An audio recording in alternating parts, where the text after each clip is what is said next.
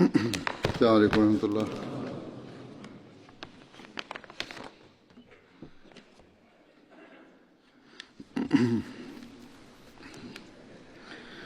أشهد أن لا إله إلا الله وحده لا شريك له وأشهد أن محمدا عبده ورسوله أما بعد فأعوذ بالله من الشيطان الرجيم بسم الله الرحمن الرحيم الحمد لله رب العالمين الرحمن الرحيم مالك يوم الدين إياك نعبد وإياك نستعين اهدنا الصراط المستقيم صراط الذين أنعمت عليهم غير المغضوب عليهم ولا الضالين۔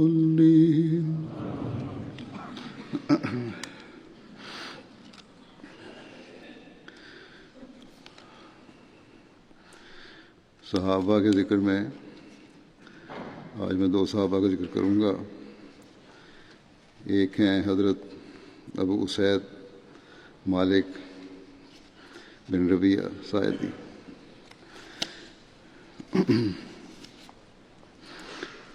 حضرت مالک بن ربیعہ اپنی کنیت ابو اسید سے مشہور ہیں۔ بعض نے آپ کا نام بلال بن ربیعہ بھی بیان کیا ہے۔ آپ کا تعلق قبیلہ خزرج کے شاخ بنو سعدہ سے تھا۔ حضرت ابو اسید مالک بن ربیعہ چھوٹے قد کے تھے، سر داڑھی کے بال سفید ہو گئے تھے، آپ کے بال گھنے تھے، بڑھاپے میں آپ بینائی سے محروم ہو گئے تھے۔ 60 ہجری میں حضرت معاویہ کے دور میں 75 سال کی عمر میں ان کی وفات ہوئی، اور غزوہ بدر میں شامل ہونے والے انصار صحابہ میں سے سب سے آخر میں یہ فوت ہوئے۔ حضرت ابو اسید غزوہ بدر، احد، خندق اور اس کے بعد کی جنگوں میں نبی کریم صلی اللہ علیہ وسلم کے ساتھ شریک رہے۔ فتح مکہ کے موقع پر ان کے پاس قبیلہ بنو سعدہ کا جھنڈا تھا۔ حضرت سہل بن سعد سے روایت ہے کہ حضرت ابو اسید سعدی نے رسول اللہ صلی اللہ علیہ وسلم کو اپنی شادی میں دعوت دی۔ اس دن ان کی بیوی آپ صلی اللہ علیہ وسلم کی خدمت کر رہی تھی اور وہی دلہن بھی تھی۔ بڑی سادگی سے شادی ہو رہی تھی، شادی کی دعوت ہوئی اور دلہن ہی کھانا بھی پکا رہی تھی، سرو بھی کر رہی تھی۔ حضرت سہل کہتے ہیں کہ تم جانتے ہو، آگے سوال کر کے اس جواب دے رہے ہیں، انداز ہے ان کا، کہ رسول اللہ صلی اللہ علیہ وسلم کو کیا پلایا انہوں نے آپ کے لیے ایک برتن میں رات کو کھجوریں بھگو دی، جب آپ نے کھانا کھا لیا تو اس نے آپ کو شربت پلایا۔ رسول اللہ صلی اللہ علیہ وسلم کی خدمت میں ایک دفعہ چند قیدی آئے، آپ نے ان میں سے ایک عورت کو روتے ہوئے دیکھا۔ آپ صلی اللہ علیہ وسلم نے اس سے پوچھا کہ تمہیں کیا چیز رلا رہی ہے؟ اس نے کہا کہ اس نے میرے اور میرے بیٹے کے درمیان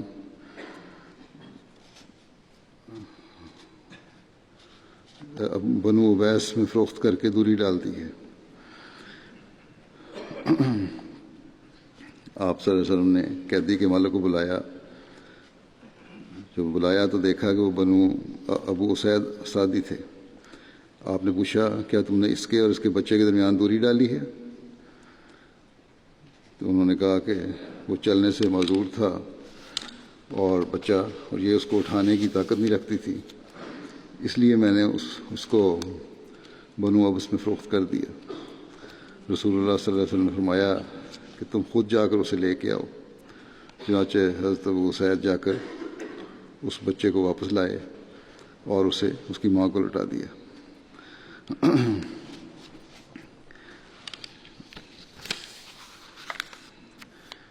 آنسر نے فرمایا چاہے اس میں طاقت ہے یا نہیں، لیکن ماں کو بچے کی وجہ سے تکلیف نہیں دی جا سکتی، چاہے وہ قیدی ہو یا لونڈی ہو یا غلام ہو۔ نبی کریم صلی اللہ علیہ وسلم نے ایک دفعہ گھوڑوں اور اونٹوں کی دوڑ لگوائی۔ آپ صلی اللہ علیہ وسلم کی اونٹنی جس پر حضرت بلال سوار تھے سب اونٹوں سے آگے نکل گئی، اسی طرح آپ کا گھوڑا تھا، گھوڑوں کی دوڑ لگوائی اور آپ کے گھوڑے پر ابو سعید سعدی سوار تھے اور اس نے سب کو پیچھے چھوڑ دیا۔ حضرت سہل بیان کرتے ہیں کہ جب حضرت ابو سعید رضی اللہ عنہ کے ہاں ان کے بیٹے منذر بن نبی اسید پیدا ہوئے تو ان کو نبی کریم صلی اللہ علیہ وسلم کی خدمت میں لایا گیا۔ آپ نے اس بچے کو اپنی ران پر بٹھا لیا۔ اس وقت حضرت ابو سعید بیٹھے ہوئے تھے، اتنے میں نبی کریم صلی اللہ علیہ وسلم کسی کام میں مشغول ہو گئے، اٹھ کے وہاں سے گئے۔ حضرت ابو سعید نے اشارہ کیا، اٹھ کے نہیں گئے بلکہ وہیں کسی اور کام میں مشغول ہو گئے، تو لوگ منذر کو آپ کی ران پر سے اٹھا کر لے گئے۔ جب آپ کو فراغت ہوئی تو پوچھا کہ بچہ کہاں گیا؟ حضرت ابو سعید نے عرض کیا کہ یا رسول اللہ صلی اللہ علیہ وسلم ہم نے اس کو گھر بھیج دیا ہے۔ آپ نے پوچھا اس کا نام کیا رکھا ہے؟ ابو سعید نے عرض کیا کہ کوئی نام بتایا کہ فلاں نام رکھا ہے۔ آپ نے فرمایا نہیں، اس کا نام منذر ہے۔ آپ نے اس دن اس کا نام منذر رکھا۔ شارحین نے نبی کریم صلی اللہ علیہ وسلم کا اس بچے کا نام منذر رکھنے کی وجہ یہ بیان کی ہے کہ حضرت ابو سعید کے چچا بھائی کا نام منذر بن عمر تھا جو بحر معونہ میں شہید ہوئے تھے۔ بس یہ نام تفاول کی وجہ سے رکھا گیا تھا، وہ بھی ان کے اچھے جانشین ثابت ہوں۔ حضرت سلیمان بن یسار سے مروی ہے کہ حضرت عثمان کی شہادت سے پہلے حضرت ابو سعید سعدی کی بینائی زائل ہو گئی، نظرانہ بند ہو گئی، آنکھیں خراب ہو گئیں۔ تو آپ کہا کرتے تھے اس بات پر کہ اللہ کا شکر ہے جس نے مجھے نبی کریم صلی اللہ علیہ وسلم کی حیات مبارکہ میں بینائی سے نوازا، اور وہ ساری برکات میں نے دیکھی۔ اور پھر جب اللہ تعالیٰ نے لوگوں کو آزمائش میں ڈالنا چاہا تو میری بینائی ختم کر دی، میری نظر ختم ہو گئی تاکہ میں ان بری حالتوں کو نہ دیکھ سکوں۔ حضرت عثمان بن عبید اللہ جو حضرت سعد بن ابی وقاص کے آزاد کردہ غلام تھے، وہ بیان کرتے ہیں کہ میں نے حضرت ابن عمر، حضرت ابو ہریرہ، حضرت ابو قتادہ اور حضرت ابو سعید سعدی کو دیکھا۔ یہ حضرات ہم پر سے گزرتے تھے اس حال میں کہ ہم مکتب میں ہوتے تھے تو ہم ان سے عبیر کی خوشبو محسوس کیا کرتے تھے۔ یہ خوشبو ہے جو زعفران اور کئی چیزوں سے ملا کے بنائی جاتی ہے۔ مروان بن الحکم حضرت ابو سعید سعدی کو صدقے پر عامل بنایا کرتے تھے، یعنی اکٹھا کرنے کے لیے اور اس کی تقسیم کے لیے۔ حضرت ابو سعید سعدی جب دروازے پر آتے تو اونٹ بٹھاتے اور ان کو تمام چیزیں دیتے تقسیم کے لیے۔ آخری چیز جو ان کو دیتے وہ چابک ہوتا، اسے دیتے ہوئے یوں کہتے کہ یہ تمہارے مال میں سے ہے۔ حضرت ابو سعید ایک مرتبہ زکوٰۃ کا مال تقسیم کرنے آئے، جو سامان تھا وہ پورا تقسیم کر کے چلے گئے۔ گھر میں جا کر جب سوئے تو خواب میں انہوں نے دیکھا کہ ایک سانپ ان کی گردن سے لپٹ گیا ہے۔ وہ گھبرا کر اٹھے اور پوچھا کہ اے فلاں، خادمہ سے پوچھا ہے بیوی سے کہ کیا مال میں سے کوئی چیز رہ گئی ہے جو تقسیم کرنے کے لیے مجھے دی گئی تھی؟ وہ بولی کہ نہیں۔ حضرت ابو سعید نے فرمایا کہ پھر کیا بات ہے کہ سانپ میری گردن میں لپٹ گیا تھا، دیکھو شاید کچھ رہ گیا ہو۔ جب انہوں نے دیکھا تو وہ بولی کہ ہاں، اونٹ کو باندھنے والی ایک رسی ہے جس کے ساتھ ایک تھیلے کا منہ باندھ دیا گیا تھا۔ چنانچہ حضرت ابو سعید نے وہ رسی بھی جا کر ان کو واپس کر دی۔ اللہ تعالیٰ ان صحابہ کو تقویٰ کے باریک ترین معیاروں پر رکھ کر ایمانت کے اعلیٰ ترین معیار قائم کروانا چاہتا تھا، اور اسی لیے پھر خوابوں میں رہنمائی ان کی ہو جاتی تھی۔ عمارہ بن غزیہ اپنے والد کا یہ بیان نقل کرتے ہیں کہ کچھ جوانوں نے حضرت ابو اسید سے انصار کے متعلق رسول اللہ صلی اللہ علیہ وسلم کے بیان کردہ فضائل کے بارے میں دریافت کیا، تو انہوں نے کہا کہ میں نے رسول اللہ صلی اللہ علیہ وسلم کو یہ فرماتے ہوئے سنا ہے کہ انصار کے تمام قبائل میں سب سے اچھے بنو نجار کے گھرانے ہیں، پھر بنو عبد الاشل، پھر بنو حارث بن خزرج، پھر بنو سعدہ، اور انصار کے تمام گھرانوں میں خیر ہی خیر ہے۔ حضرت ابو سعید فرماتے تھے اس پر کہ اگر میں حق کے سوا کسی چیز کو قبول کرنے والا ہوتا تو میں بنو سعدہ کے کسی خاندان سے شروع کرتا۔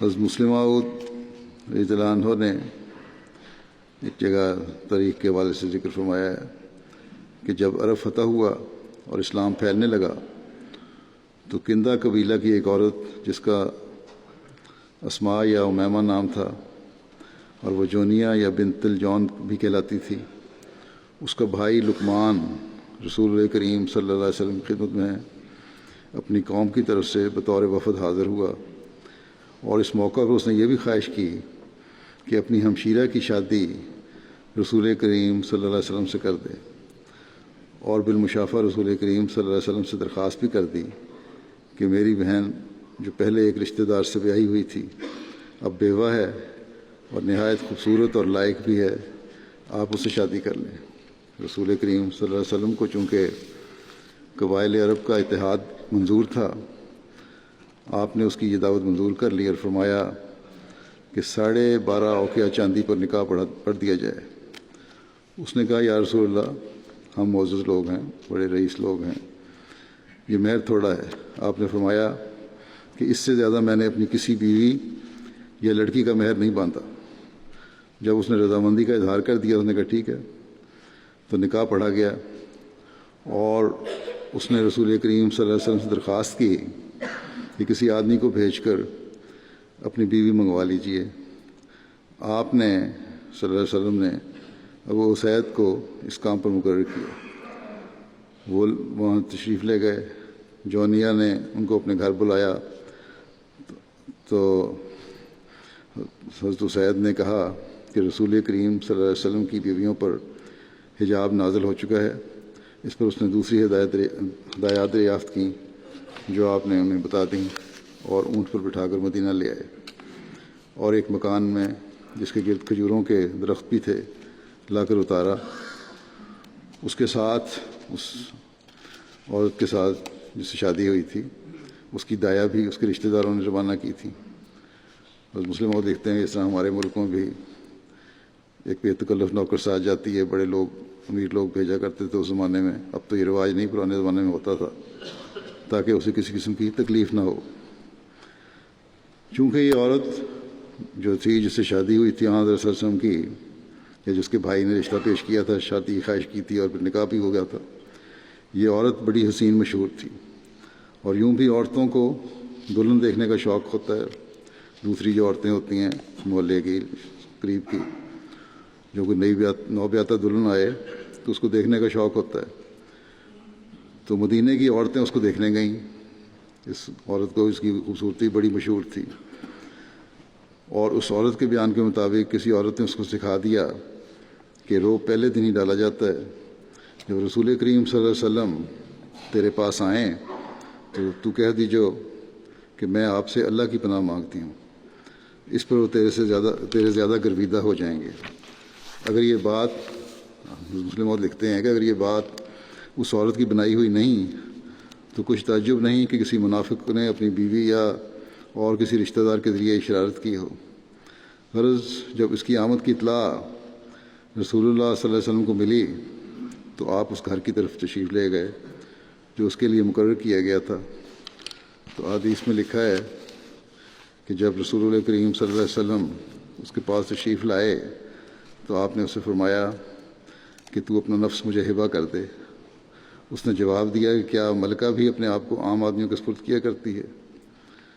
ابو اسید کہتے ہیں کہ اس پر رسول کریم صلی اللہ علیہ وسلم نے اس خیال سے کہ اجنبیت کی وجہ سے گھبرا رہی ہے اسے تسلی دینے کے لیے اس پر اپنا ہاتھ رکھا۔ آپ نے اپنا ہاتھ ابھی رکھا ہی تھا کہ اس نے یہ نہایت گندہ اور نامعقول فکرہ کہہ دیا کہ میں تجھ سے اللہ تعالیٰ کی پناہ مانگتی ہوں، چونکہ مسلمات فرماتے ہیں کہ چونکہ نبی خدا تعالیٰ کا نام سن کر ادب کی روح سے بھر جاتا ہے اور اس کی عظمت کا متوالا ہو جاتا ہے، اس کے اس فکرے پر آپ صلی اللہ علیہ وسلم نے فوراً فرمایا کہ تو نے ایک بڑی ہستی کا واسطہ دیا ہے اور اس کی پناہ مانگی ہے جو بڑا پناہ دینے والا ہے، اس لیے میں تیری درخواست کو قبول کرتا ہوں۔ چنانچہ آپ صلی اللہ علیہ وسلم اسی وقت باہر تشریف لے آئے اور فرمایا کہ اے ابو سعید اب اسے 2 چادریں دے دو اور اس کے گھر والوں کے پاس پہنچا دو۔ چنانچہ اس کے بعد اسے مہر کے حصہ کے علاوہ بطور احسان 2 راز کی چادریں دینے کا آپ نے حکم دیا تاکہ قرآن کریم کے حکم وَلَا تَنْسَوْا الْفَضْلَ بَيْنَكُمْ یعنی آپس میں احسان کا سلوک بھول نہ جایا کرو، اس کے مطابق آپ نے زائد دیا، احسان کیا۔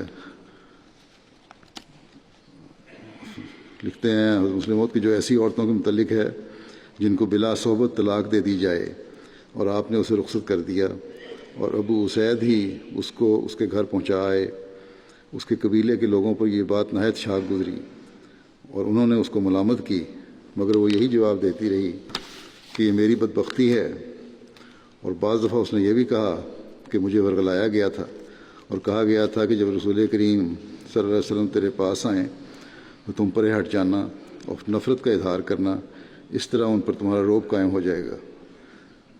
معلوم نہیں یہی وجہ ہوئی یا کوئی اور، بہرحال اس نے نفرت کا اظہار کیا اور رسول کریم صلی اللہ علیہ وسلم اس سے علیحدہ ہو گئے اور اسے رخصت کر دیا۔ حضرت صلی اللہ علیہ وسلم پر جو الزام لگاتے ہیں بیویوں کا اور یہ مختلف قسم کے خوبصورت عورتوں کے نعوذ باللہ دل دادا تھے، یہ ساری جو ہے واقعہ ان کے لیے کافی جواب ہے۔ حضرت ابو اسید کہا کرتے تھے کہ رسول اللہ صلی اللہ علیہ وسلم سے جب بھی کوئی چیز مانگی جاتی تو آپ نے کبھی انکار نہیں فرمایا۔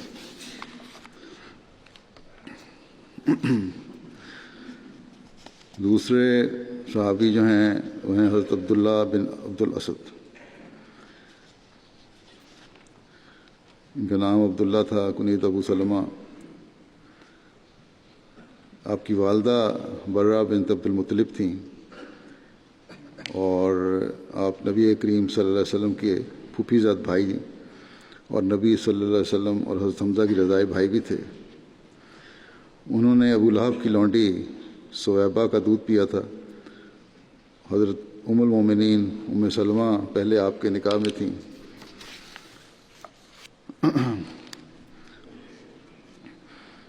اس کے بارے میں حضرت مرزا بشیر احمد صاحب نے بھی لکھا ہے سیرت خاتم النبیین میں کہ ابو سلمہ بن عبد الاسد تھے جو حضرت صلی اللہ علیہ وسلم کے رضائی بھائی تھے اور بنو مخزوم سے تعلق رکھتے تھے۔ ان کی وفات پر ان کی بیوہ ام سلمہ کے ساتھ حضرت صلی اللہ علیہ وسلم کی شادی ہوئی۔ حضرت عبداللہ بن عبد الاسد اسلام میں سبقت کرنے والے لوگوں میں سے ہیں۔ ابن اسحاق کے مطابق 10 آدمیوں کے بعد آپ اسلام لائے، یعنی ابتدائی مسلمانوں میں سے تھے۔ ایک روایت میں ہے کہ حضرت ابو عبیدہ بن حارث، حضرت ابو سلمہ بن عبد الاسد، حضرت ارکم بن ابو ارکم اور حضرت عثمان بن مظعون حضور اکرم صلی اللہ علیہ وسلم کی خدمت میں حاضر ہوئے، اور آپ صلی اللہ علیہ وسلم نے انہیں اسلام کی دعوت دی اور قرآن مجید پڑھ کر سنایا، جس پر انہوں نے اسلام قبول کر لیا اور یہ شہادت دی کہ آپ صلی اللہ علیہ وسلم ہدایت اور راستی پر ہیں۔ حضرت عبداللہ بن عبد الاسد اپنی بیوی حضرت ام سلمہ کے ہمراہ پہلی ہجرت حبشہ میں شامل ہوئے۔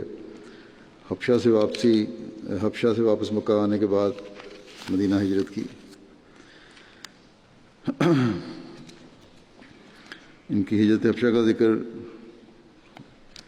ملتا ہے سیرت خاتم النبیین میں کہ جب مسلمانوں کی تکلیف انتہا کو پہنچ گئی اور قریش اپنی اظہار ثانی میں ترقی کرتے گئے، تو حضرت صلی اللہ علیہ وسلم نے مسلمانوں سے فرمایا کہ وہ حبشہ کی طرف ہجرت کر جائیں، اور فرمایا کہ حبشہ کا بادشاہ عادل اور انصاف پسند ہے، اس کی حکومت میں کسی پر ظلم نہیں ہوتا۔ حبشہ کا ملک، جسے انگریزی میں ایتھوپیا یا ایبیسینیا کہتے ہیں، بر اعظم افریقہ کے شمال مشرق میں واقع ہے اور جائے وقوع کے لحاظ سے جنوبی عرب کے بالکل مقابل پر ہے، اور درمیان میں بحر احمر کے سوا کوئی اور ملک حائل نہیں۔ اس زمانے میں حبشہ میں ایک مضبوط عیسائی حکومت قائم تھی اور وہاں کا بادشاہ نجاشی کہلاتا تھا، بلکہ اب تک بھی وہاں کا حکمران اسی نام سے پکارا جاتا ہے۔ جب وہ لکھا ہے حبشہ کے ساتھ عرب کے تجارتی تعلقات تھے، اور ان ایام میں جن کا ہم مرزا بشیر احمد صاحب لکھتے ہیں کہ جن کا ہم ذکر کر رہے ہیں، حبشہ کا دارالسلطنت اکسوم تھا، جو موجودہ شہر ادوا کے قریب واقع ہے اور اب تک ایک مقدس شہر کی صورت میں آباد چلا آتا ہے۔ اکسوم ان دنوں میں ایک بڑی طاقتور حکومت کا مرکز تھا، اور اس وقت کے نجاشی کا ذاتی نام اسہمہ تھا، جو ایک عادل اور بیدار مغز اور مضبوط بادشاہ تھا۔ بہرحال جب مسلمانوں کی تکلیف انتہا کو پہنچ گئی تو حضرت صلی اللہ علیہ وسلم نے ان سے ارشاد فرمایا کہ جن سے ممکن ہو حبشہ کی طرف ہجرت کر جائیں۔ چنانچہ حضرت صلی اللہ علیہ وسلم کے فرمانے پر ماہ رجب 5 نبی میں 11 مرد اور 4 عورتوں نے حبشہ کی طرف ہجرت کی۔ ان میں سے زیادہ تر معروف کے نام یہ ہیں: عثمان بن عفان اور ان کی زوجہ رقیہ بنت رسول صلی اللہ علیہ وسلم، عبد الرحمن بن عوف، زبیر بن العوام، ابو حذیفہ بن عتبہ، عثمان بن مظعون، مصعب بن عمیر، ابو سلمہ بن عبد الاسد اور ان کی زوجہ حضرت ام سلمہ۔ یہ ایک عجیب بات ہے کہ ابتدائی مہاجرین میں زیادہ تعداد ان لوگوں کی تھی جو قریش کے طاقتور قبائل سے تعلق رکھتے تھے، اور کمزور لوگ کم نظر آتے ہیں، جن سے 2 باتوں کا پتہ چلتا ہے۔ اول یہ کہ طاقتور قبائل سے تعلق رکھنے والے لوگ بھی قریش کے مظالم سے محفوظ نہ تھے۔ دوسرے یہ کہ کمزور لوگ مثلاً غلام وغیرہ اس وقت ایسی کمزوری اور بے بسی کی حالت میں تھے کہ ہجرت کی بھی طاقت نہ رکھتے تھے۔ جب یہ مہاجرین جنوب کی طرف سفر کرتے ہوئے شعیبہ پہنچے، جو اس زمانے میں عرب کا ایک بندرگاہ تھا، تو اللہ تعالیٰ کا ایسا فضل ہوا کہ ان کو ایک تجارتی جہاز مل گیا جو حبشہ کی طرف روانہ ہونے کو بالکل تیار تھا۔ چنانچہ یہ سب امن سے اس میں سوار ہو گئے اور جہاز روانہ ہو گیا۔ قریش مکہ کو ان کی ہجرت کا علم ہوا تو سخت برہم ہوئے کہ یہ شکار مفت میں ہاتھ سے نکل گیا، ہمارے پیچھا کر رہے تھے، ان کو بھی جانے نہیں دینا، لیکن وہ چلے گئے۔ چنانچہ انہوں نے ان مہاجرین کا پیچھا کیا، مگر جب ان کے آدمی ساحل پر پہنچے تو جہاز روانہ ہو چکا تھا، اس لیے خائب و خاسر واپس لوٹے۔ حبشہ میں پہنچ کر مسلمانوں کو نہایت امن کی زندگی نصیب ہوئی اور خدا کر کے قریش کے مظالم سے چھٹکارا ملا۔ ابن اسحاق کہتے ہیں کہ جب حضرت ابو سلمہ نے حبشہ سے واپس آنے کے بعد حضرت ابو طالب سے پناہ طلب کی تو بنو مخزوم میں سے چند اشخاص ابو طالب کے پاس گئے اور کہنے لگے کہ تم نے اپنے بھتیجے محمد صلی اللہ علیہ وسلم کو تو اپنی پناہ میں رکھا ہی ہوا ہے، مگر ہمارے بھائی ابو سلمہ کو تم نے کیوں پناہ دی ہے؟ ابو طالب نے کہا اس نے مجھ سے پناہ طلب کی اور وہ میرا بھانجا بھی ہے، اور اگر اپنے بھتیجے کو پناہ نہ دیتا تو بھانجے کو بھی پناہ نہ دیتا۔ ابو لہب نے بنو مخزوم کے لوگوں سے کہا کہ تم ہمیشہ ہمارے بزرگ ابو طالب کو آ کر ستاتے ہو اور طرح طرح کی باتیں کرتے ہو، بخدا یا تو تم اس سے باز آ جاؤ، ورنہ ہم ہر ایک کام میں اس کے ساتھ شریک ہوں گے یہاں تک کہ وہ اپنے ارادے کی تکمیل کر لے۔ اس پر ان لوگوں نے ابو لہب کو مخاطب کرتے ہوئے کہا کہ اے ابو اتبا، جس چیز کو تو ناپسند کرتا ہے ہم بھی اس سے پیچھے ہٹتے ہیں۔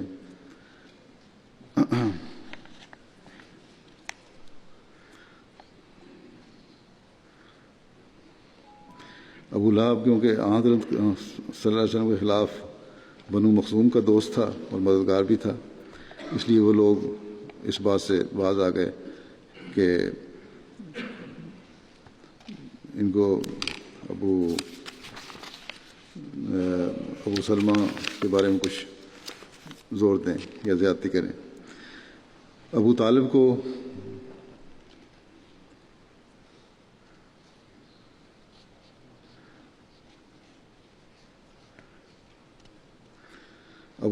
ابو لہب سے موافقت کی بات سن کر، جب انہوں نے موافقت کی بات سنی کہ وہ میرے بات موافق میں کر رہا ہے اور دوسرے قبیلے کو روک دیا ہے کہ یہ بھی ہماری امداد پر آمادہ ہو جائے گا، چنانچہ انہوں نے چند اشعار کہے جن میں ابو لہب کی تعریف کی اور رسول اللہ صلی اللہ علیہ وسلم کی امداد پر اسے ترغیب دلائی، لیکن بہرحال اس کا اثر کوئی نہیں ہوا، وہ مخالفت میں بڑھتے چلا گیا۔ ابن اسحاق کہتے ہیں کہ ام المومنین حضرت ام سلمہ سے روایت ہے کہ جب میرے خاوند حضرت ابو سلمہ نے مدینہ جانے کا قصد کیا تو اپنے اونٹ کو تیار کیا اور مجھے اور میرے بیٹے سلمہ کو جو میری گود میں تھا اس پر سوار کروایا اور پھر چل پڑے۔ آگے جا کر بنو مخزوم کے چند لوگوں نے گھیر لیا اور کہا کہ ام سلمہ ہماری لڑکی ہے، ہم اس کو تمہارے ساتھ نہیں جانے دیں گے کہ تم اسے لے کر شہر پہ شہر پھرتے رہو۔ حضرت ام سلمہ کہتی ہیں غرض یہ کہ ان لوگوں نے میرے خاوند کو مجھ سے چھین لیا۔ حضرت ابو سلمہ کے قبیلہ بنو عبد الاسد کے لوگ اس بات پر بہت خفا ہوئے اور انہوں نے کہا کہ یہ لڑکا ابو سلمہ کا ہے، اس کو ہم تمہارے پاس نہیں چھوڑیں گے، چنانچہ وہ میرے بچے کو لے گئے۔ لڑکی کو ایک اس کے قبیلے نے رکھ لیا اور جو بچہ تھا وہ مرد کے قبیلے والوں نے لے لیا، اور کہتی ہیں کہ میں بالکل تنہا رہ گئی۔ میں 1 سال تک اسی مصیبت میں گرفتار رہی اور ہر روز ابتہ مقام پر جا کر میں روتی رہی۔ ایک روز میرے چچا کے بیٹوں میں سے ایک شخص نے مجھے وہاں روتے دیکھا تو اس کو مجھ پر رحم آیا اور اس نے میری قوم بنو مغیرہ سے جا کر کہا کہ تم اس مسکین عورت کو کیوں ستاتے ہو؟ تم نے اس کو اس کے خاوند اور اس کے بچے سے جدا کر دیا ہے، اس کو چھوڑ دو۔ اس پر انہوں نے مجھے کہہ دیا کہ اپنے خاوند کے پاس چلی جاؤ۔ حضرت ام سلمہ کہتی ہیں کہ اس کے بعد میرے بیٹے کو بنی عبد الاسد نے واپس کر دیا، پھر میں نے اپنے اونٹ کو تیار کیا اور اپنے بچے کو ساتھ لے کر اس پر سوار ہوئی۔ جب میں مدینہ کو روانہ ہوئی تو کوئی بھی مددگار میرے ساتھ نہ تھا۔ جب مقام تنیم میں پہنچی تو وہاں پر مجھے حضرت عثمان بن ابو طلحہ، یہ اس وقت مسلمان نہیں ہوئے تھے، انہوں نے سن 6 ہجری میں اسلام قبول کیا تھا، ملے اور مجھے کہنے لگے کہ اے ام سلمہ کدھر جا رہی ہیں؟ میں نے کہا کہ میں اپنے خاوند کے پاس مدینہ جا رہی ہوں۔ حضرت عثمان نے دریافت کیا کہ کیا تمہارے ساتھ کوئی ہے؟ میں نے کہا کہ خدا کی قسم کوئی بھی نہیں، صرف میرا یہ بیٹا اور خدا میرے ساتھ ہے۔ عثمان نے کہا کہ اللہ کی قسم اس طرح تنہا میں تمہیں ہرگز نہیں جانے دوں گا، میں تمہارے ساتھ چلتا ہوں۔ پھر انہوں نے میرے اونٹ کی مہار پکڑ لی۔ حضرت ام سلمہ بیان کرتی ہیں کہ اللہ کی قسم میں نے عرب کے آدمیوں میں سے اتنا معزز شخص کوئی نہیں دیکھا۔ جب منزل پر پہنچتے تو اونٹ کو بٹھا کر الگ ہو جاتے، مختلف جگہوں پہ پڑاؤ ڈالتے ہوئے جاتے تھے۔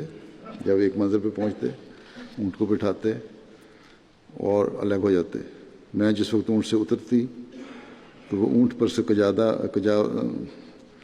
کجاوا اس کا اتار کر اسے درخت سے باندھ دیتے اور علیحدہ درخت کے سائے میں جا کر سو جاتے۔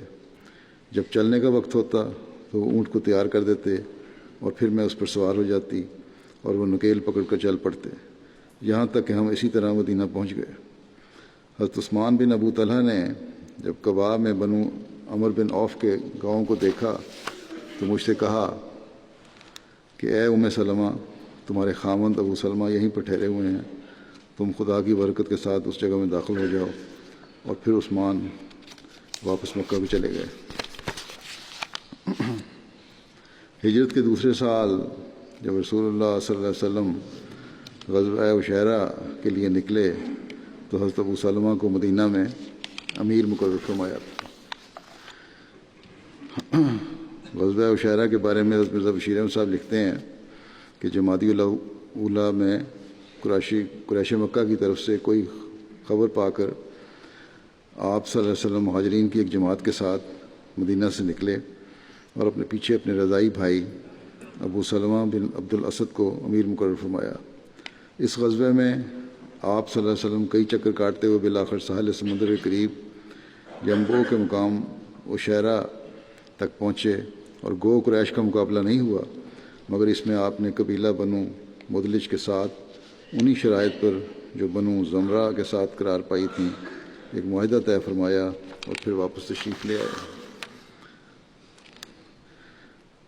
بنو زمرہ کے ساتھ یہ شرائط طے پائی تھیں کہ بنو زمرہ مسلمانوں کے ساتھ دوستانہ تعلقات رکھیں گے اور مسلمانوں کے خلاف کسی دشمن کی مدد نہیں کریں گے، اور جب حضرت صلی اللہ علیہ وسلم ان کو مسلمانوں کی مدد کے لیے بلائیں گے تو وہ فوراً آ جائیں گے۔ دوسری طرف آپ صلی اللہ علیہ وسلم نے مسلمانوں کی طرف سے یہ عہد کیا کہ مسلمان قبیلہ بنو زمرہ کے ساتھ دوستانہ تعلقات رکھیں گے اور بوقت ضرورت ان کی مدد کریں گے۔ یہ معاہدہ باقاعدہ لکھا گیا اور فریقین کے اس پر دستخط ہوئے۔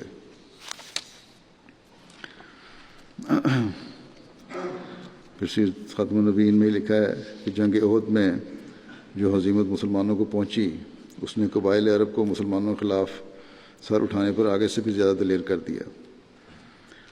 چنانچہ ابھی جنگ احد پر زیادہ عرصہ نہیں گزرا تھا اور صحابہ بھی اپنے زخموں کے علاج سے بھی پوری طرح فارغ نہیں ہوئے تھے کہ محرم 4 ہجری میں اچانک حضرت صلی اللہ علیہ وسلم کو مدینہ میں یہ اطلاع پہنچی کہ قبیلہ اسد کا رئیس طلحہ بن خویلد اور اس کا بھائی سلمہ بن خویلد اپنے علاقے کے لوگوں کو حضرت صلی اللہ علیہ وسلم کے خلاف جنگ کرنے کے لیے آمادہ کر رہے ہیں۔ اس خبر کے ملتے ہی حضرت صلی اللہ علیہ وسلم نے جو اپنے ملک کے حالات کے ماتحت اس قسم کی خبروں کے خطرات کو خوب سمجھتے تھے، فوراً 150 صحابیوں کی ایک تیز رو دستہ تیار کر کے اس پر ابو سلمہ بن عبد الاسد کو امیر مقرر فرمایا اور انہیں تاکید کی کہ یلغار کرتے ہوئے پہنچیں اور پیشتر اس کے کہ بنو اسد اپنی عداوت کو عملی جامہ پہنا سکیں انہیں منتشر کر دیں۔ چنانچہ ابو سلمہ نے تیزی مگر خاموشی کے ساتھ بڑھتے ہوئے وسط عرب کے مقام قطن میں بنو اسد کو تک پہنچ گئے، وہاں جا لیا انہیں، لیکن کوئی لڑائی نہیں ہوئی، بلکہ بنو اسد کے لوگ مسلمانوں کو دیکھتے ہی ادھر ادھر منتشر ہو گئے اور ابو سلمہ چند دن کی غیر حاضری کے بعد مدینہ واپس پہنچ گئے۔ اس سفر کی غیر معمولی مشقت سے ابو سلمہ کا وہ زخم جو انہیں عہد میں آیا تھا اور ابھی بظاہر مندمل ہو چکا تھا پھر خراب ہو گیا اور باوجود علاج معالجے کے بگڑتا ہی گیا، اور بالآخر اسی بیماری میں اس مخلص اور پرانے صحابی نے جو حضرت صلی اللہ علیہ وسلم کے رضائی بھائی بھی تھے وفات پائی۔ انہیں الجسیرہ کنویں کے پاس سے پانی سے غسل دیا گیا جو عالیہ مقام پر بنی امیہ بن زید کی ملکیت میں تھا۔ اس کنویں کا نام جاہلیت میں العبیر تھا، جس کو رسول اللہ صلی اللہ علیہ وسلم نے بدل کر الجسیرہ رکھ دیا تھا، اور حضرت ابو سلمہ کو مدینہ میں دفن کیا گیا۔ حضرت ابو سلمہ کی وفات ہوئی تو حضرت صلی اللہ علیہ وسلم نے آپ کی کھلی آنکھوں کو بند کیا اور ان کی وفات کے بعد یہ دعا کی کہ اے اللہ، ابو سلمہ سے مغفرت کا سلوک فرما اور اس کے درجات ہدایت یافتہ لوگوں میں بلند کر دے، اور پیچھے رہ جانے والے اس کے پسماندگان میں خود اس کا قائم مقام ہو جا۔ اے تمام جہانوں کے رب اسے بخش دے اور ہمیں بھی۔ ایک روایت میں یہ ہے کہ جب حضرت ابو سلمہ کی وفات کا وقت قریب آیا تو انہوں نے یہ دعا کی کہ اے خدا، میرے اہل پر میرا جانشین بہترین شخص کو بنانا۔ چنانچہ یہ دعا قبول ہوئی اور حضرت صلی اللہ علیہ وسلم نے حضرت ام سلمہ سے نکاح کر لیا۔ حضرت ام سلمہ کے بیٹے بیان کرتے ہیں کہ حضرت ابو سلمہ حضرت ام سلمہ کے ہاں تشریف لائے اور فرمانے لگے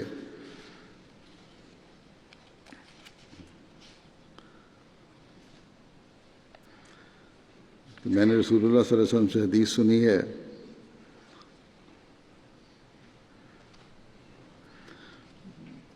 کہ جو مجھے فلاں فلاں چیز سے زیادہ عزیز ہے۔ آپ صلی اللہ علیہ وسلم نے فرمایا تھا کہ جس شخص کو جو بھی مصیبت پہنچے اس پر وہ انا للہ و انا الیہ راجعون کہہ کر یہ کہے کہ اے اللہ، میں اپنی اس مصیبت کا آپ کے ہاں سے ثواب طلب کرتا ہوں، اے اللہ مجھے اس کا بدل عطا فرما، تو اللہ تعالیٰ اسے عطا کر دیتا ہے۔ حضرت ام سلمہ بیان کرتی ہیں کہ جب ابو سلمہ شہید ہوئے تو میں نے یہ دعا مانگی، جبکہ میرا دل پسند نہیں کر رہا تھا کہ میں دعا مانگوں کہ اے اللہ مجھے یعنی حضرت ابو سلمہ کا بدل عطا فرما۔ پھر میں نے کہا ابو سلمہ سے بہتر کون ہو سکتا ہے؟ کیا وہ ویسے نہ تھے؟ یعنی ایسی ایسی خوبیوں اور صفات حسنہ کے مالک تھے۔ پھر بھی میں یہ دعا پڑھتی رہی۔ جب حضرت ام سلمہ کی عدت پوری ہوئی تو رسول کریم صلی اللہ علیہ وسلم کی طرف سے پیغام نکاح آیا اور حضرت صلی اللہ علیہ وسلم نے ان کے ساتھ شادی کر لی۔ شادی کا تذکرہ کرتے ہوئے سیدہ مرزا بشیر احمد صاحب نے لکھا ہے سید خاتم النبیین میں کہ اسی سال 4 ہجری ماہ شوال میں حضرت صلی اللہ علیہ وسلم نے ام سلمہ سے شادی فرمائی۔ ام سلمہ قریش کے ایک معزز گھرانے سے تعلق رکھتی تھیں اور اس سے پہلے ابو سلمہ بن عبد الاسد کی عقد میں تھیں، جو ایک نہایت مخلص اور پرانے صحابی تھے، اور اسی سال فوت ہوئے تھے جب ام سلمہ کی عدت یعنی وہ میعاد جو اسلامی شریعت کی روح سے ایک بیوہ یا متعلقہ عورت پر گزرنی ضروری ہوتی ہے، اور اس سے پہلے وہ نکاح نہیں کر سکتی، وہ گزر گئی۔ تو چونکہ ام سلمہ ایک نہایت سمجھدار اور باسلیقہ اور قابل خاتون تھیں، اس لیے حضرت ابو بکر کو ان کے ساتھ شادی کرنے کی خواہش پیدا ہوئی، مگر ام سلمہ نے انکار کیا۔ آخر حضرت صلی اللہ علیہ وسلم کو خود اپنے لیے ان کا خیال آیا، جس کی ایک وجہ یہ بھی تھی کہ ام سلمہ کی ذاتی خوبیوں کے علاوہ جن کی وجہ سے وہ ایک شار نبی کی بیوی بننے کی اہل تھیں، وہ ایک بہت بڑے پائے کے قدیم صحابی کی بیوہ تھیں اور پھر صاحب اولاد بھی تھیں، جس کی وجہ سے ان کا کوئی خاص انتظام ہونا ضروری تھا۔ علاوہ ازیں چونکہ ابو سلمہ بن عبد الاسد حضرت صلی اللہ علیہ وسلم کے رضاعی بھائی بھی تھے، اس لیے حضرت صلی اللہ علیہ وسلم کو ان کے پسماندگان کا خاص خیال تھا۔ بہرحال حضرت صلی اللہ علیہ وسلم نے ام سلمہ کو اپنی طرف سے شادی کا پیغام بھیجا۔ پہلے تو ام سلمہ نے اپنی بعض معذوریوں کی وجہ سے کچھ تحمل کیا اور یہ عذر بھی پیش کیا کہ میری عمر اب بہت زیادہ ہو گئی ہے اور میں اولاد کے قابل نہیں رہی، لیکن چونکہ حضرت صلی اللہ علیہ وسلم کی غرض اور تھی، اس لیے بالآخر وہ رضامند ہو گئیں اور ان کی طرف سے ان کے لڑکے نے ماں کا ولی ہو کر حضرت صلی اللہ علیہ وسلم کے ساتھ ان کی شادی کر دی۔ جیسا کہ بیان کیا جا چکا ہے، ام سلمہ ایک خاص پائے کی خاتون تھیں اور نہایت فہیم اور ذکی ہونے کے علاوہ اخلاص و ایمان میں بھی ایک اعلیٰ مرتبہ رکھتی تھیں، اور ان لوگوں میں سے تھیں جنہوں نے حضرت صلی اللہ علیہ وسلم کے حکم سے ابتداءً حبشہ کی طرف ہجرت کی تھی۔ مدینہ کی ہجرت میں بھی وہ سب مستورات سے اول نمبر پر تھیں۔ حضرت ام سلمہ پڑھنا بھی جانتی تھیں اور مسلمان مستورات کی تعلیم و تربیت میں انہوں نے خاص حصہ لیا، چنانچہ کتب حدیث میں بہت سی روایات اور احادیث ان سے مروی ہیں، اور اس جہت سے ان کا درجہ ازواج النبی میں دوسرے نمبر پر اور کل صحابہ مرد و زن میں 12ویں نمبر پر ہے۔ یہ تھا صحابہ کا ذکر۔ اللہ تعالیٰ ان صحابہ کی اعلیٰ مقام کو مزید بلندیوں پر لے جاتا چلا جائے اور ہمیں بھی ان نیکیوں کرنے کی توفیق دے جو لوگ کرتے رہے۔ اب میں کچھ وفات شدگان کے کا اعلان کروں گا یہ، اور ان کا جنازہ نماز کے بعد پڑھاؤں گا۔ پہلے ہیں ان میں سے راجہ نصیر احمد صاحب ناصر جو واقف زندگی تھے اور مربی سلسلہ تھے اور سابق ناظر اصلاح و ارشاد مرکزیہ بھی رہے۔ 6 جولائی کو صبح 11 بجے 80 سال کی عمر میں ان کی طاہر ہارٹ انسٹیٹیوٹ میں وفات ہوئی۔ انا للہ و انا الیہ راجعون۔ کئی سالوں سے آپ بیمار تھے، 2012 سے طبیعت ان کی آہستہ آہستہ خراب چلی آ رہی تھی۔ گزشتہ 3 ماہ سے برین ہیمریج کی وجہ سے بستر پر تھے بالکل ہی۔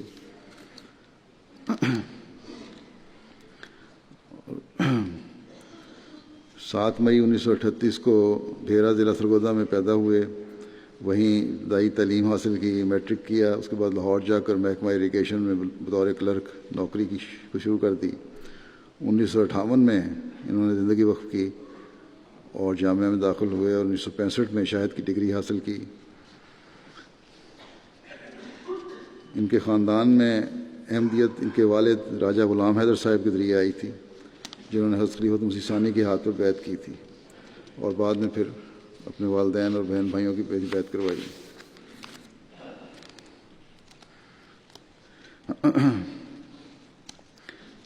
ان کے راجہ نصیر احمد صاحب کے والد کی خواہش تھی کہ ان کا ایک بیٹا وقف زندگی ہو، چنانچہ اس خواہش کو پورا کرنے کے لیے راجہ صاحب نے 1958 میں وقف زندگی کا فارم پر کیا اور اپنے بڑے بھائی راجہ نذیر احمد صاحب ظفر مرحوم کے پاس لے گئے کہ اس پر دستخط کر دیں۔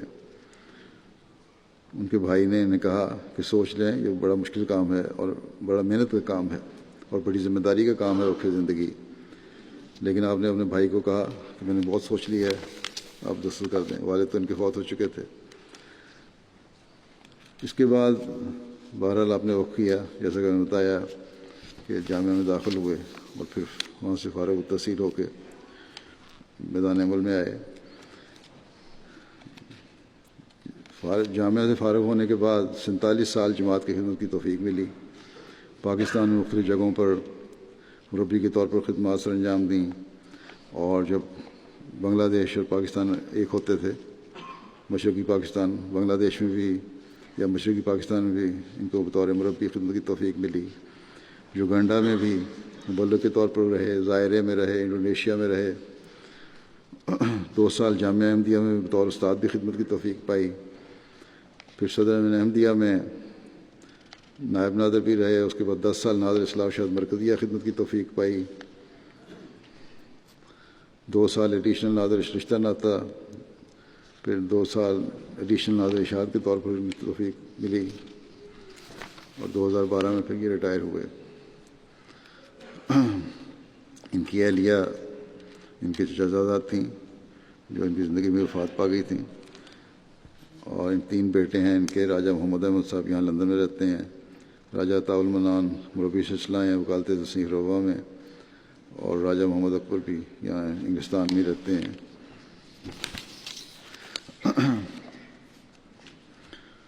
بڑے متوکل اور دعا گو شخصیت تھے۔ ان کے بیٹے ہی لکھتے ہیں کہ اب بنگلہ دیش میں تھے تو وہاں ایک دفعہ آگ لگ گئی اور احمدیوں کے گھروں کے قریب تک آگ پہنچ گئی۔ اس پر آپ نے دعا کی کہ اے اللہ، تیرے مسیح موعود نے تو فرمایا کہ آگ ہماری غلام بلکہ غلاموں کی غلام ہے، تو ہمیں اس آگ سے بچا لے۔ کہتے ہیں کہ آگ اس گھر کی طرف آئی اور اس کے کونے کو چھو کے واپس وہیں رک گئی اور آگے نہیں بڑھی، اور احمدیوں کے گھر جو تھے نقصان سے بچ گئے۔ تبلیغ میں یوگنڈا میں جب تھے یہ، وہاں کے حالات خراب ہو گئے خانہ جنگی کی وجہ سے، لیکن پھر بھی آپ تبلیغ کے لیے جاتے رہتے تھے۔ وہاں کا ایک واقعہ ہے کہ ایک مرتبہ جاتے تھے تبلیغ کے لیے، صبح جاتے تھے شام کو آتے تھے، ٹھہرنے کی کوئی جگہ نہیں تھی، قریب قریب علاقوں میں جا سکتے تھے۔ تو جماعت اسلامی کا ایک شخص آیا، وہ بھی آپ کو کسی تبلیغی جماعت کا مولوی سمجھ کر اس نے کہا کہ اچھا میرے پاس ایک گاڑی ہے تو آپ خرید لیں، اور $1400 کی اس نے کہا کہ گاڑی لے لیں۔ آخر سودا $1150 میں طے پایا۔ جماعت کے مالی حالات بھی ایسے نہیں تھے کہ گاڑی خرید سکتے، نہ راجہ صاحب کے اپنے حالات ایسے تھے گاڑی خرید سکیں، مگر آپ نے کہا کہ ٹھیک ہے۔ میں اللہ تعالیٰ سے دعا کی کہ یا اللہ پیسوں کا انتظام کر دے تاکہ میں گاڑی خرید سکوں۔ چنانچہ وہ سودا ہو گیا، اور دعا اس لیے کی کہ اپنا چولہا اور بستر رکھ کے تبلیغ کے لیے نکل جایا کروں اور سہولت رہے گی تبلیغ میں۔ کہتے ہیں ایک بڑی پریشان تھے، سودا بھی ہو گیا تھا، چند دن کی مہلت تھی پیسے دینے کی، تو ایک دن کہتے ہیں پوسٹ باکس کھولا تو اس میں سے ایک خط نکلا جو ان کے ایک نسبتی بھائی کا تھا، کینیڈا سے آیا ہوا تھا۔ اس میں لکھا ہوا تھا کہ میں نے خواب دیکھی رات کہ آپ کو $1150 کی ضرورت ہے، مجھے نہیں معلوم کہ آپ کو کیوں ضرورت ہے، لیکن بہرحال وہ آپ کو پیسے بھجوا رہا ہوں، اور ساتھ ہی چیک بھی تھا $1150 کا۔ اس طرح اور بھی بہت سارے ان کے واقعات ہیں قبولیت دعا کے۔ قرآن کریم کی تلاوت کا ان کو بڑا شوق تھا۔ یہی لکھتے ہیں کہ والد صاحب کو شوق تھا کہ فضا میں بھی اور پانی میں بھی اور قرآن کریم ختم کریں، خشکی میں تو کئی دفعہ ختم کیا، تو بحری سفر میں بھی انہوں کو قرآن کریم ختم کرنے کی توفیق ملی۔ ہوائی جہاز کا لمبا سفر نہیں تھا، لیکن جس حد تک پڑھ سکتے تھے وہ پڑھا کرتے تھے سفر کے دوران۔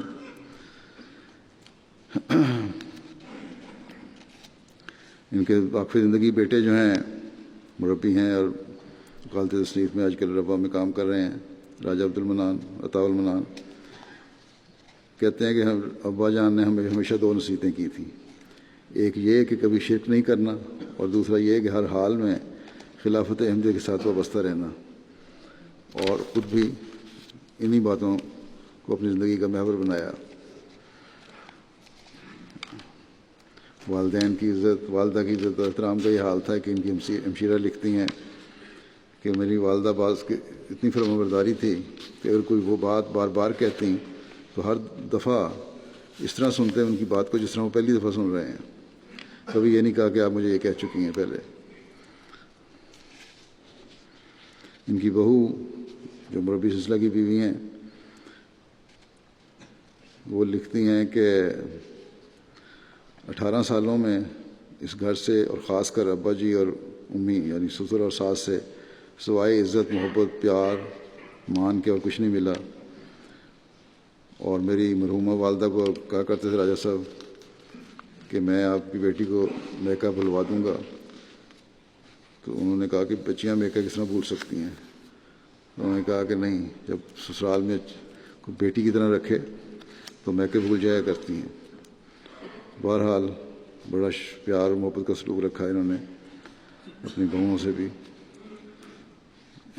یہی لکھتی ہیں کہ ابا جی کو میں نے عاشق خدا، عاشق رسول، عاشق مسیح موعود علیہ السلام اور عاشق خلفائے کرام اور عاشق قرآن اور خلافت سے بے انتہا محبت اور حد درجہ اطاعت کرنے والا، معاملہ فہم، صاحب الرائے اور انتہائی حلیم پایا۔ ان کی ایک خوبی یہ بھی تھی، لکھتی ہیں کہ ہر مہینے قرآن کریم کا دور مکمل کیا کرتے تھے۔ ان کے رشتہ داروں نے بھی لکھا ہے کہ ہم نے دیکھا ہے کہ اللہ تعالیٰ کس طرح ان کی ضروریات پوری کرتا تھا اور ان کی دعائیں سنتا تھا، غیر معمولی تھا۔ بہرحال ایک کامیاب مربی اور مبلغ تھے، انتظامی صلاحیت بھی تھی، خلافت سے ان کا تعلق جو تھا ایک مثالی تعلق تھا، اور ان کے بارے میں کہا جا سکتا ہے کہ اس طرح کا تعلق تھا جس میں نبض چلتی ہے خلافت کے ساتھ، اس طرح یہ چلا کرتے تھے، جسم کے ساتھ، دل کے ساتھ، اس طرح ان کا خلافت کے ساتھ تعلق تھا۔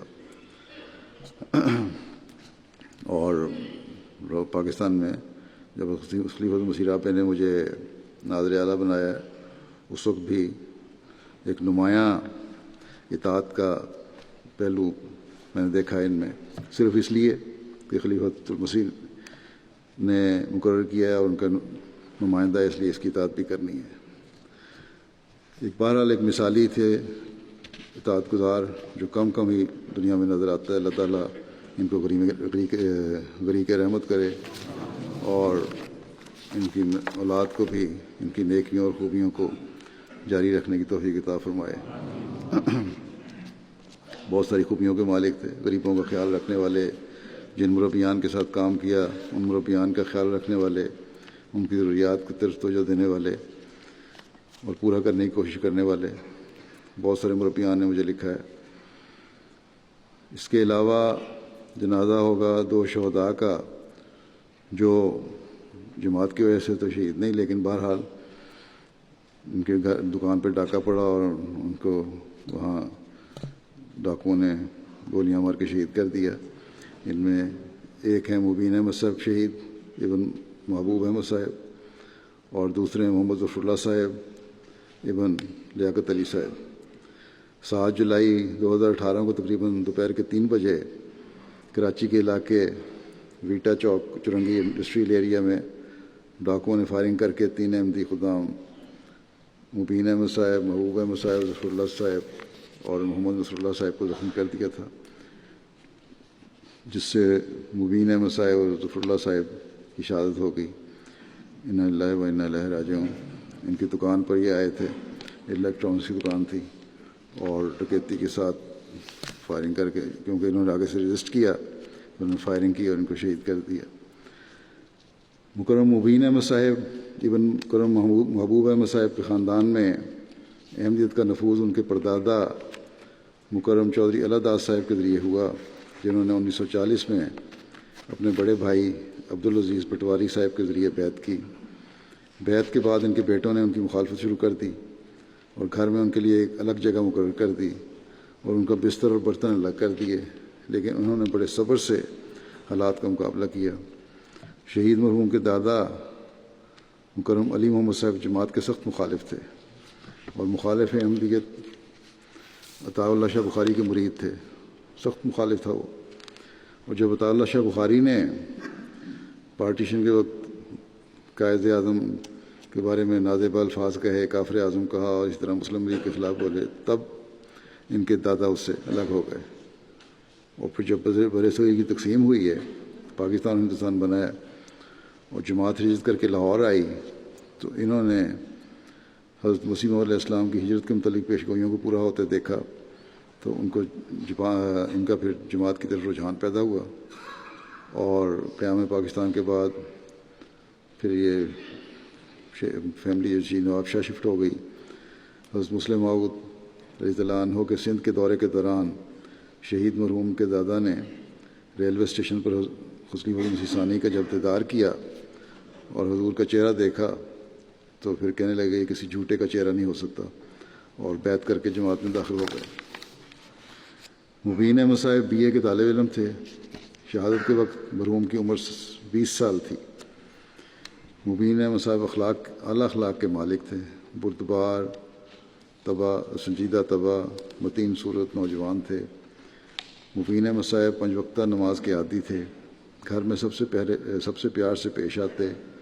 شہید مرحوم جماعتی کاموں میں بڑھ چڑھ کر حصہ لینے والے ایک فعال خادم تھے۔ جماعتی کاموں کے لیے اپنی ضروری کام چھوڑنا پڑتا تو پرواہ نہ کرتے تھے۔ شہید مرحوم نے وصیت کی ہوئی تھی اور مثل نمبر آ چکا تھا، امید ہے انشاءاللہ اب ان کی وصیت بھی منظور ہو جائے گی۔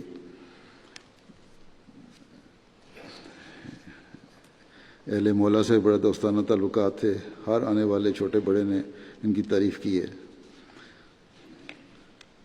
اور مبین احمد صاحب اسی واقعہ میں شہید ہونے والے دوسرے خادم محمد ظفر اللہ صاحب کے پھوپھی ذات تھے۔ ان کے پسماندگان میں والد مکرم محبوب احمد صاحب، والدہ امت الحفیظ بیگم صاحبہ کے علاوہ بہنیں مبینہ محبوب عمر 23 سال، کنزہ محبوب عمر 16 سال اور بھائی امین احمد عمر 13 سال ہیں جو سوگوار چھوڑے ہیں۔ دوسرے شہید ہیں جن کا جنازہ ہوگا محمد رفیع اللہ صاحب ابن لیاقت علی صاحب۔ ان کو اس واقعے کے دوران 3 گولیاں لگی تھیں، جس سے ان کے دونوں گردے شدید زخمی ہو گئے۔ ان کا آپریشن کیا گیا، آپریشن ٹھیک ہو گیا، لیکن پھر طبیعت خراب ہو گئی۔ پھر دوبارہ آپریشن کی طرف کے لیے ڈاکٹروں نے فیصلہ کیا، لیکن رات کو ہی ایک رات پہلے ان کا انتقال ہو گیا، وفات ہو گئی۔ انا للہ و انا الیہ راجعون۔ ان کے خاندان میں بھی احمدیت کا نفوذ ان کے پردادا غلام دین صاحب کے ذریعے سے ہوا، جو ضلع گرداسپور کے رہنے والے تھے، اور حضرت مسیح علیہ السلام کے صحابی حضرت عبدالعزیز پٹواری کے کھیتوں پر کام کرتے تھے۔ آپ ایک دن ان کے ساتھ قادیان گئے اور حضرت مسیح علیہ السلام سے ملاقات کے بعد بیعت کر لی۔ محمد ظفر اللہ صاحب شہید کی پیدائش اکتوبر 1993 کی ہے۔ کراچی میں یہ پیدا ہوئے۔ بڑے ہنسمکھ، خوش اخلاق خادم تھے، ہر وقت ان کے ہونٹوں پر مسکراہٹ رہتی۔ مرحوم جماعتی خدمات میں بڑھ چڑھ کر حصہ لینے والے تھے، خدام الانبیاء کے کام کرتے تھے مختلف حیثیتوں سے، اور اللہ کے فضل سے مرحوم موسی تھے۔ شہادت کے وقت ان کی عمر 25 سال تھی۔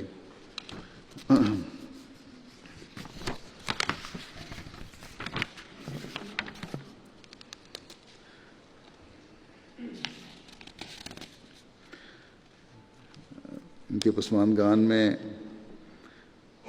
والد ہیں لیاقت علی صاحب، نصیرہ بیگم صاحبہ والدہ، 5 بھائی ہیں۔ وجاہت احمد 33 سال عمر ہے، منصور احمد 31 سال، مستنصر احمد 28 سال، شجاع احمد 27 سال، حافظ محمد نصر اللہ 24 سال۔ اس واقعہ میں زخمی ہونے والے حافظ نصر اللہ صاحب تھے، وہ بھی تیسرے زخمی تھے، ان کے بھائی۔ ان کا آپریشن ہو چکا ہے، ہسپتال میں زیر علاج ہیں۔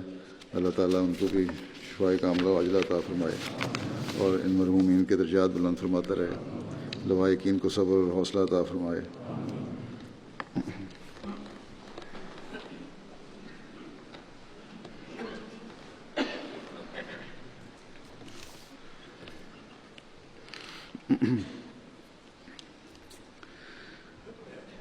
الحمد لله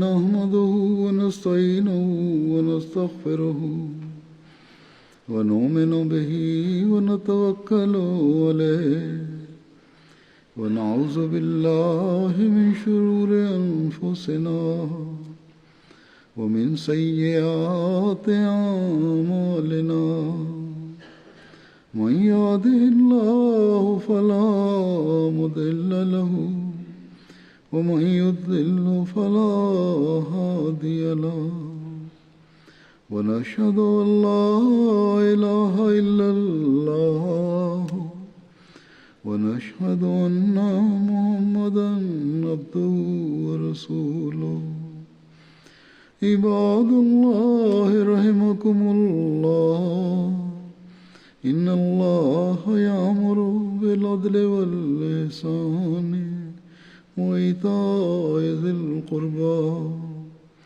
وينهى عن الفحشاء والمنكر والبغي يعظكم لعلكم تذكرون اذكروا الله يذكركم وادعوه يستجب لكم ولذكر الله أكبر